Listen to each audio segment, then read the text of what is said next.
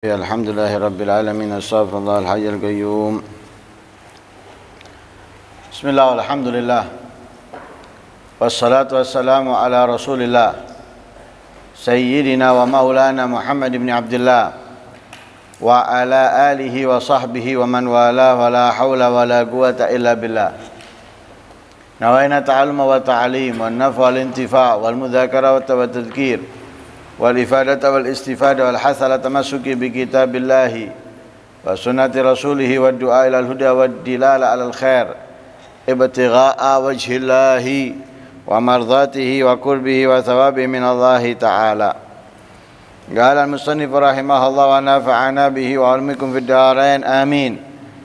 قال الشيخ ممشط الدينوري رحمه الله آداب المريد التزام حرمة المشايخ وخدمة الإخوان والخروج عن الأسباب وحفظ آداب الشريعة على نفسه.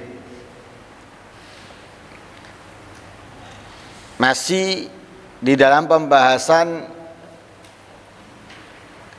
dianjurkannya kita khidmah kepada seorang guru, menjaga adab dan selalu menghormati dan memuliakannya.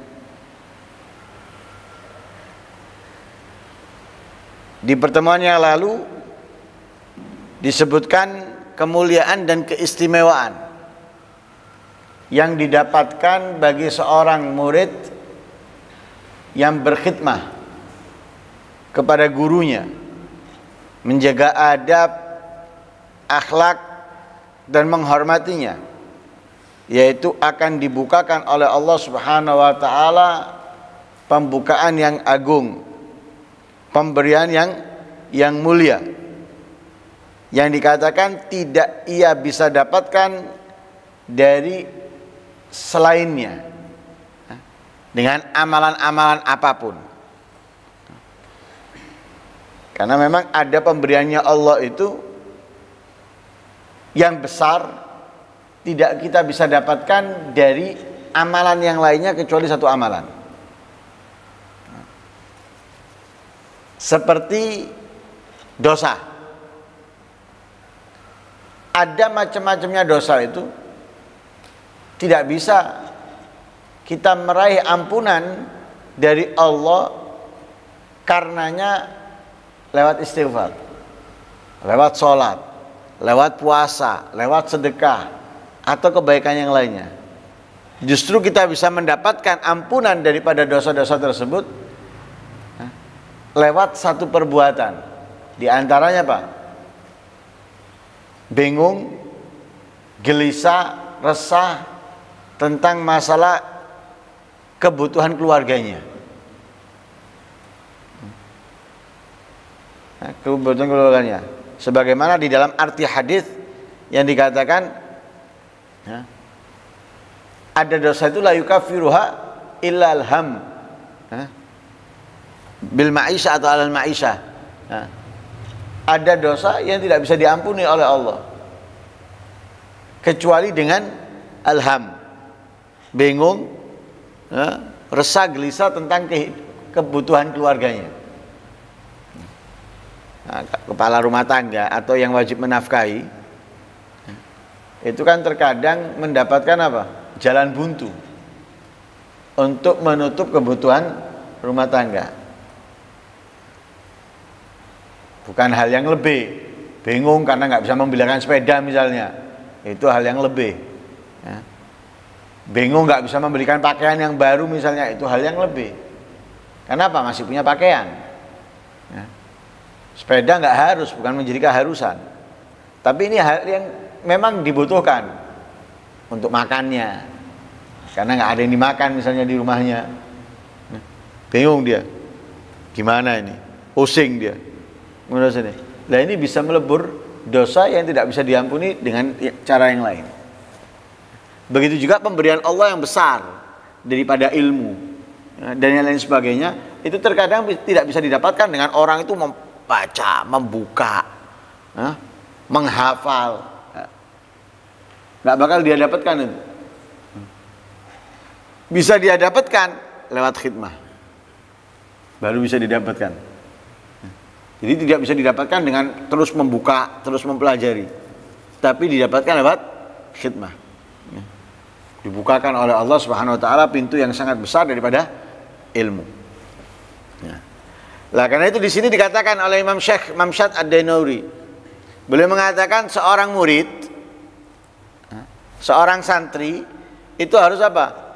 Iltizam hurmatul masyayikh wa khidmatul ikhwan. Selalu melazimi menghormati guru, ya, memuliakan guru. Lah penghormatan murid kepada guru ini dahulu daripada para ulama kita, walaupun rumahnya jauh, bukan di hadapannya saja, walaupun rumahnya jauh, tidak berani, ya, mengarahkan kakinya ke arah rumah gurunya. Sudah di rumah loh dia sudah di rumah, gurunya sudah di rumah, beda tempat, bahkan mungkin beda kelurahan, tapi begitu adabnya kepada guru, mengarahkan kakinya ke arah rumahnya gurunya nggak mau. Bisa dibayangkan bagaimana mereka ketika di hadapan gurunya. Kalau di belakang gurunya aja begitu besar penghormatan mereka kepada gurunya, lebih-lebih ketika berada di hadapan gurunya. Lihat para sahabat Nabi SAW, sahabat radhiyallahu anhum, ya, para sahabat Nabi, ketika bersama Nabi, mereka itu tidak bergerak.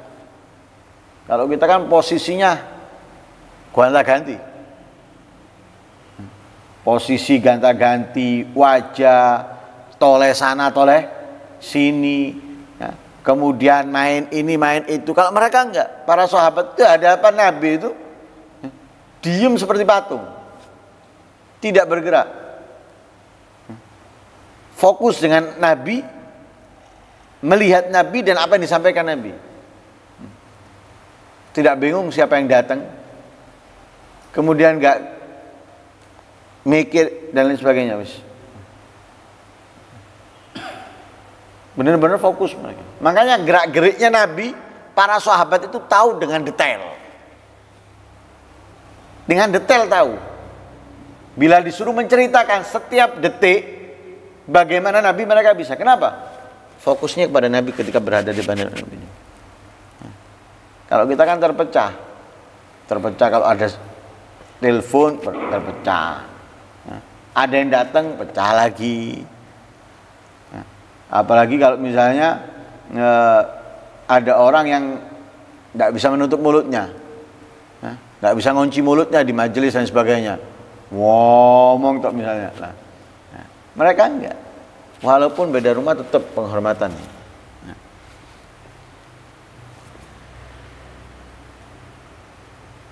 Imam Subuki, setelah meninggalnya Imam Nawawi, ketika datang ke tempatnya Imam Nawawi, di mana beliau mengajar, di mana beliau sholat, Imam Subuki itu golong-golong,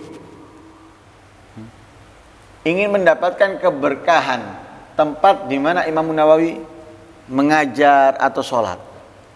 Padahal Imam Nawawi sudah meninggal. Mungkin tempat itu sudah diduduki orang lain, diinjak orang lain dan lain sebagainya. Tapi penghormatannya seperti itu mereka. Di zamannya Lahib Abdullah bin Husain bin Tahir juga sama. Yang hadir di majelisnya itu diam anteng. Sehingga diibaratkan kalau burung mencelok, nah burung itu bisa mencelok, nggak akan terbang. Karena apa? Dianggap benda mati. Itu mereka ketika apa? Di hadapan gurunya. Iltizam hurmatil masyayikh. Benar-benar menghormati gurunya. Kemudian wa khidmatil ikhwan.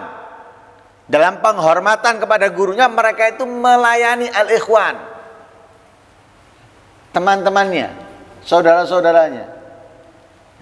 Jadi ketika tidak ada gurunya, mereka melayani santri-santri gurunya. Berarti sama dengan dia, sama-sama santrinya, tapi dia melayani mereka.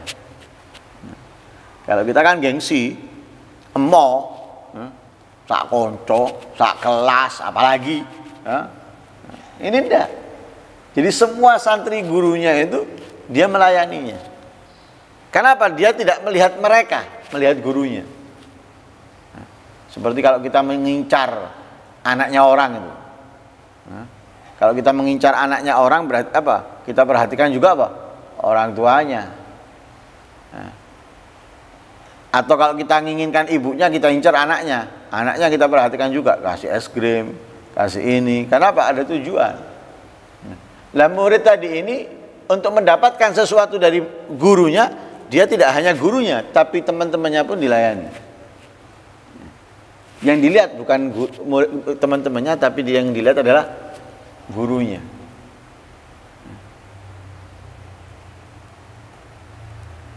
Wal khuruj anil asbab, keluar dari sebab. Maksudnya keluar dari sebab itu wis jangan pakai ibarat orang kerja itu hitungan matematika, jangan pakai matematika sudah.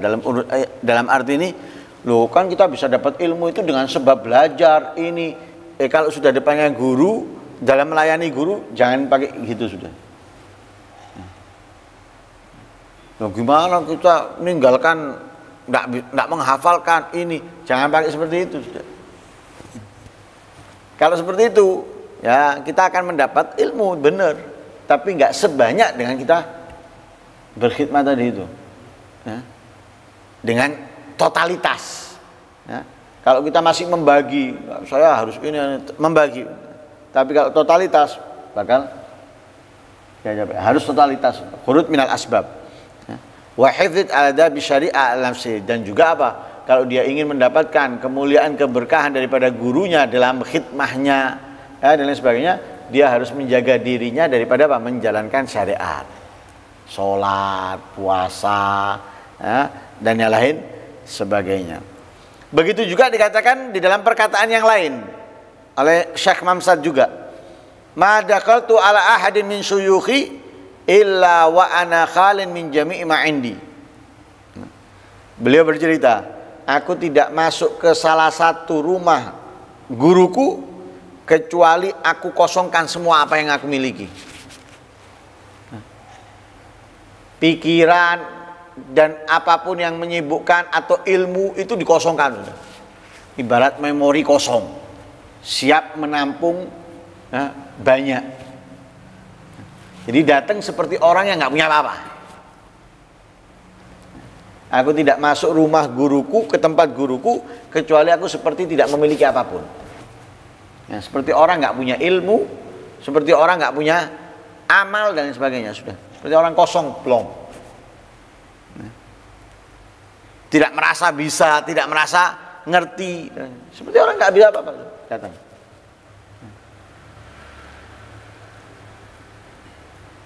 Lah kalau sudah seperti itu, dia akan mendengarkan, dia akan tertarik dengan apa yang disampaikan. Tapi kalau dia merasa, aku sudah belajar ini, aku sudah paham masalah ini, nah dia nggak akan kurang apa? Kurang mau mendengarkan, ya, kurang mau fokus. Tapi kalau dia merasa nggak punya apa-apa, dia akan tertarik, serius dalam mendengarkan, benar-benar ingin mendapatkan. Ya.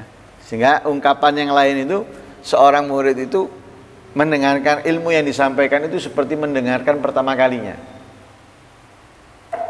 walaupun itu sudah didengarkan ribuan kali. Lah bagaimana itu bisa membuat kita nggak bosen? Yaitu menganggap kita kosong,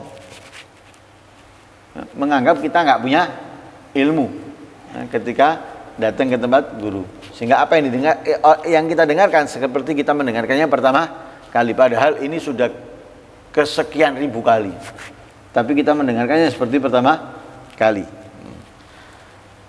Qad taraktu kulla udda ma'i, wa jalastu baina yadai antaziru barakat ma yaridu alayya min ru'yatihi wa kalami. Aku tinggalkan semuanya. Apa yang aku miliki, apa yang aku punya, dan aku duduk di hadapannya menanti keberkahan-keberkahan yang datang kepadaku sebab melihatnya dan mendengarkan omongannya. Sudah, namanya tas kosong siap diisi, sehingga beliau ini seperti membawa sesuatu, wadah yang kosong, ingin mendapatkan pemberian dari gurunya. Keberkahan-keberkahan lewat apa? Lewat melihatnya, lewat mendengarkannya. Jadi benar-benar datang kosong, pulang bawa isi, membawa pemberian dari gurunya. Falihada kana akbarul adab fi ziyaratul kubara al arifin azlal aql wal ilm wa ghairihima. Karena ini paling besarnya adab atau paling utamanya adab di dalam mendatangi orang-orang yang mulia, orang-orang yang istimewa daripada al-auliya, al-ulama al-amilun, yaitu apa? Meninggalkan akal dan ilmu dan selain keduanya. Jadi jangan pakai logika kita, buang akal kita itu kita buang, wal ilmu, wis. Anggapan kita datang seperti anak kecil yang nggak punya apa-apa. Sumad dukhul alaihim dzalika bil jahal ma'ahum.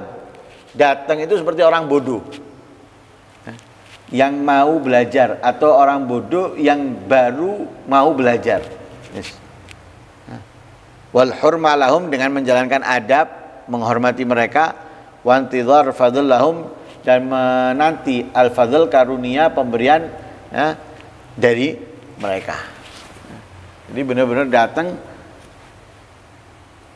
kosongan, tidak menganggap dia punya ilmu, dan juga meninggalkan akalnya. Selain itu dia harus adab, menghormati. Tinggal menanti sudah, menanti al-fadl, kemuliaan, karunia dari mereka. Qala al-Imam Abdul Qasim Al-Qushairi rahimahullah, ma dakhaltu ala Syekh Abi Ali Ad-Daggaq rahimahullah illa wa qad azaltu kulla adali inda babih wa tasaltu ghuslan ka ghusl janabah wa jaddadtu al-iqbal ala Allah taala. Imam Abdul Qasim Al-Qushairi beliau mengatakan apa? Aku tidak masuk kepada guru Abi Ali Ad-Daggaq kecuali aku buang semua apa yang aku miliki, aku letakkan semua apa yang aku miliki di pintu rumahnya. Jadi sebelum masuk itu semua apa yang dimiliki ditaruh.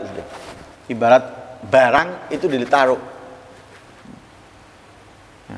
Ibarat apa yang ada di kantong ini semuanya dibersihkan, ditaruh di luar. Di pintu rumahnya Syekh Abu Ali Ad-Daggaq. Sebelum masuk mandi dulu seperti mandinya orang janabat. Memang adabnya ketika kita mendatangi orang-orang yang mulia itu bersih dohir, juga bersih batin. Dohir pakaiannya bersih, mandi, harum, dohir. Batin itu tadi merasa bodoh, merasa nggak punya apapun. Lah di situ kita akan mendapatkan.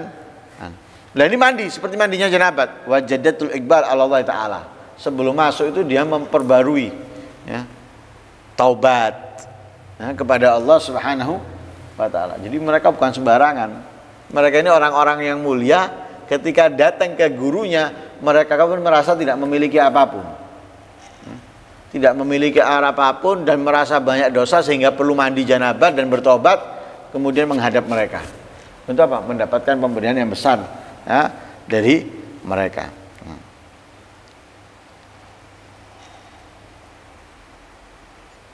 Begitu juga Syekh Abu Madian rahimahullah, ma gasattu ahadan min masyayikhina li ziyarah illa wa